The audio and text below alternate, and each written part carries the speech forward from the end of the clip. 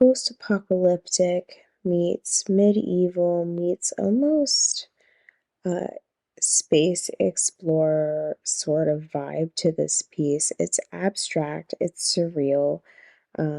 You're kind of lost in the disillusion in the beginning, and you're kind of putting the pieces of kind of what's happening here, and then you eventually see that it is an explorer or a militant on a horse.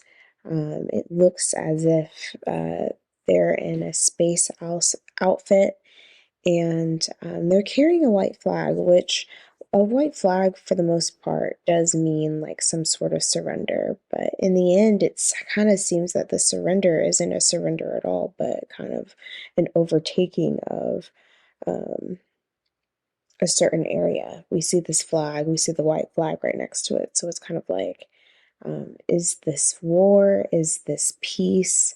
What exactly is happening here? And we kind of are met with these moments of these two characters. We have our white knight and our black knight kind of facing each other.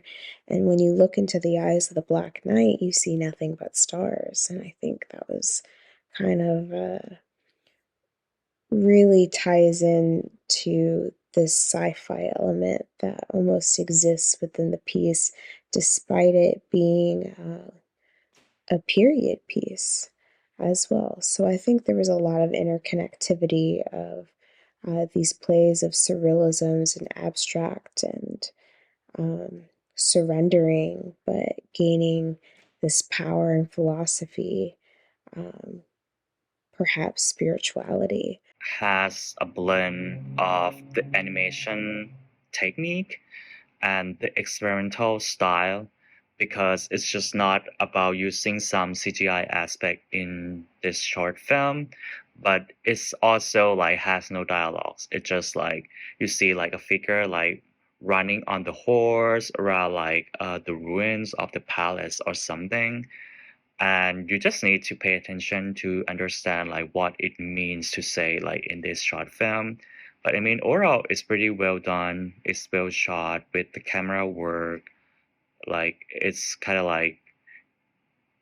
like philosophical in a way, but it's also like artistic like from those directions too.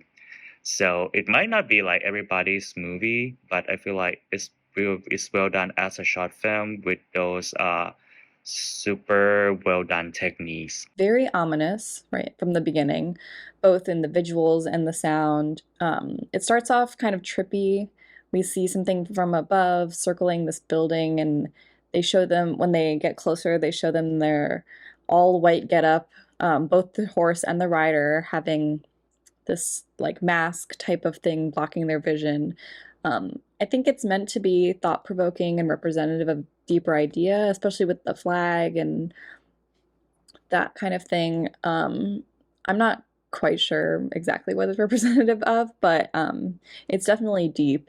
And then in the end, it goes up to the person, to a knight who almost like looks like the exact opposite of the white knight. They're dressed completely in black. They have sharper clothing, a sharper mask, and the one person touches their chest. And I think maybe it could be a representation of unity of opposing forces. So in this piece, we open with a lot of shots from the above perspective. It almost appeared as if it's a drone looking down. Although this is animated, it's not prevalent that it is that just immediately looking at the piece, it does appear to be live action. We see from the drone point of view, or a figure circling a building as if it's on a horse. Um, and it feels like it's moving in slow motion. As we get closer, it almost looks like someone is in full armor. Um, but then you see it is actually a full astronaut get up.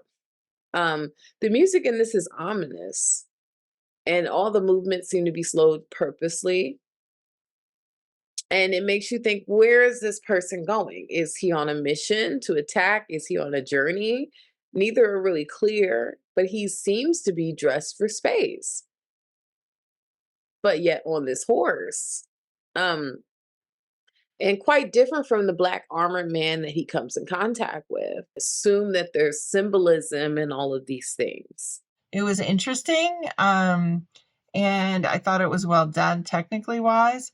I just really didn't understand it, so I don't have really much to say about the actual message, but I thought the visual was interesting and it was kind of intriguing and it was, a good pace